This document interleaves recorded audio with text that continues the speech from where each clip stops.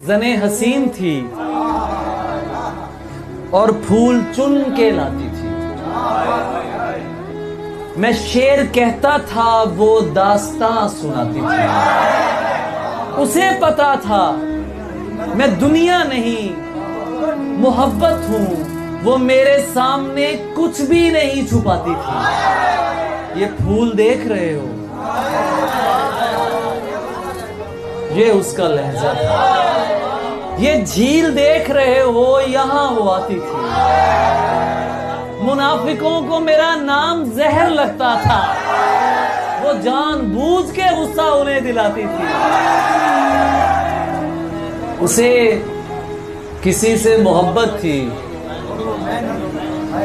और वो मैं नहीं था। ये बात मुझसे ज्यादा उसे रुलाती थी।